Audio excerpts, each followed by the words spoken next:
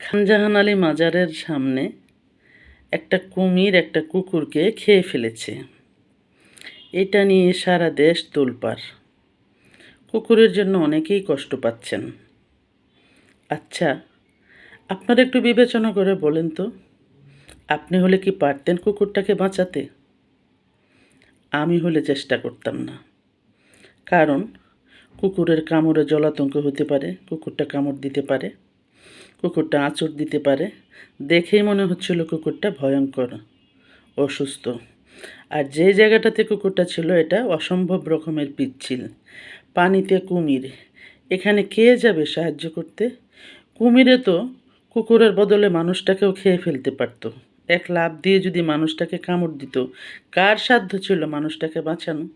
তখন কি বলতেন আপনারা যদি এমন ঘটনাটাই ঘটতো?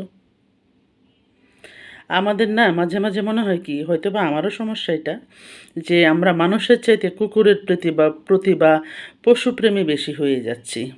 এই যে এত এত ধর্ষণ, এত এত খুন খারাপি হইতেছে, এদিকে আমাদের তো মাথা ব্যথা নাই। এই কুকুর পাখি বানর নিয়ে আমাদের যত মাথা ব্যথা। অথচ এখন দেখেন রাস্তাঘাটে কুকুরের অভাব নাই।